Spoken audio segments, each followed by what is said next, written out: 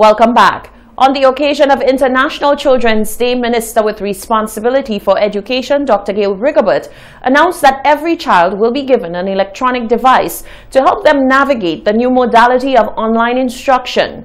While some seemed unimpressed with the statement, calling it too little, too late, given that Dr. Rigobert was on record bashing the previous administration's laptop program, the Chief Education Officer, Dr. Fiona Philip-Meyer, says the initiative is welcomed given the challenges being faced by the education sector due to COVID-19.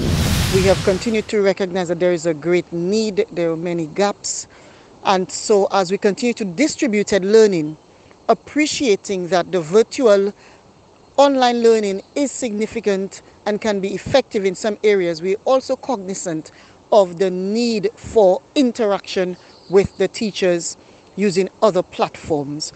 So very, very pleased to have heard the announcement as we look forward to building capacity across the island and really looking at technology as a means to help us ensure that our students not only get the instruction from the teachers, but are in a position to get feedback as well from them, that we're better able to monitor and evaluate virtual learning as well as other forms of instruction that continue to play a significant role in our children's education. Dr. Meyer says all the help that can be given to students, particularly the less fortunate, will go a long way.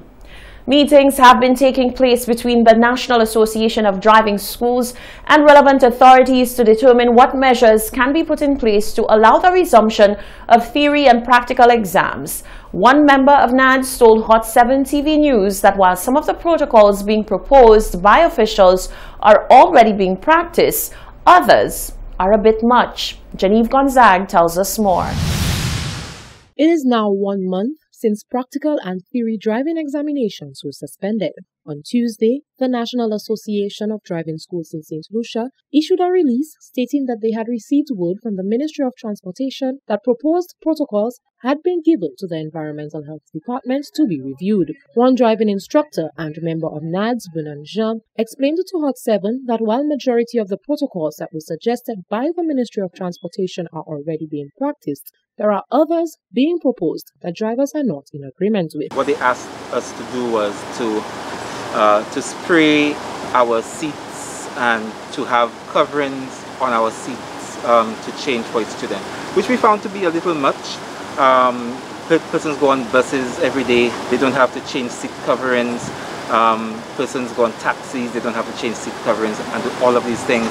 And again, some of the sanitizing agents can be a bit harsh on the seats as well, and especially if you have cloth seats and you have to spray them all the time, that can create situations of mold and so forth. He says there continues to be an issue of a lack of consultation as the protocols that were proposed by the Ministry of Transportation were sent to health authorities before NADS was able to deliberate and give their feedback. By the time we sent back our concerns to the ministry, we were told that they had already sent the protocols to the CMO.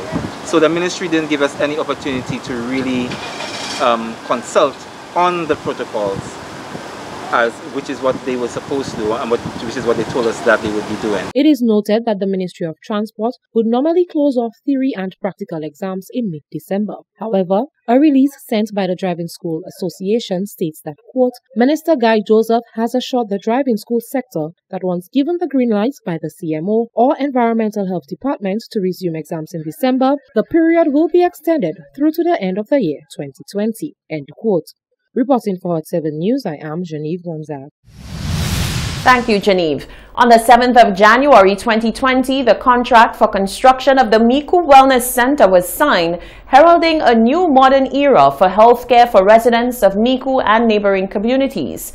The construction of the Wellness Center is being funded and implemented through the government's Disaster Vulnerability Reduction Project, DVRP, which aims to build the country's resilience to climate change impacts, including stronger hurricanes, more frequent flood and drought events, and varied health sector impacts such as increased incidence of vector-borne diseases like dengue fever.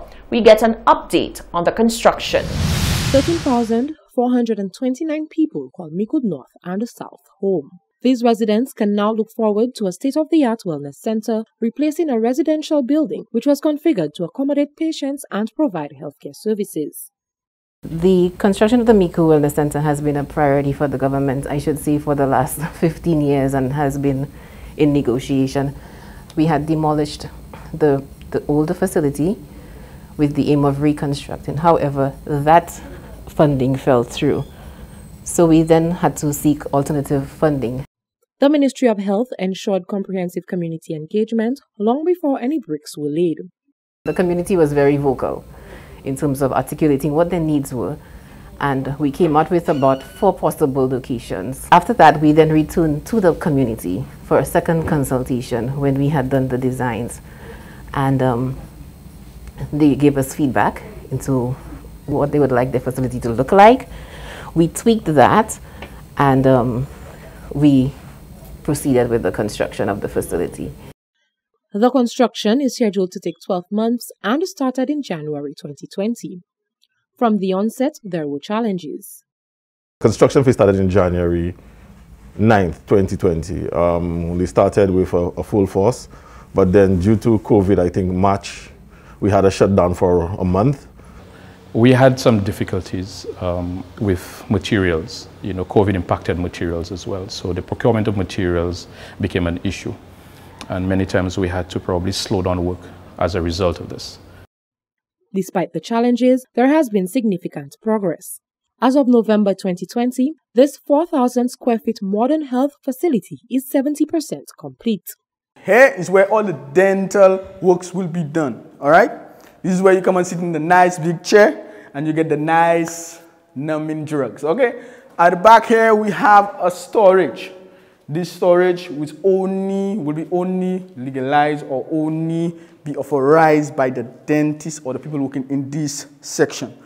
These little windows up here, we call them skylights or fixed lights. These windows will take light from one room and jump into the next room to decrease the cost of electricity bill inside the building. In here, we have what we call a pharmacy. So therefore, you don't need to go down to Vieux-Fort to get your basic needs and basic drugs. You can also come here inside of Micoud Wellness Center to get your drugs. This is the pharmacy, okay? This place will have a nice big sofa, a table of 6 chairs, and also going to have a TV, you know, and it has a male and female bathroom, fully equipped. The Micoud Wellness Center was first proposed by John Compton in 1992. Today, $4.1 million in special funding from the World Bank through the DVRP will ensure that the facility is compliant with global standards for healthcare delivery and is designed to withhold climate change impacts. Reporting for Hot 7 News, I am Genevieve Gonzague. You're watching the Hot 7 TV Nightly News. Stay with us. There's more after the break.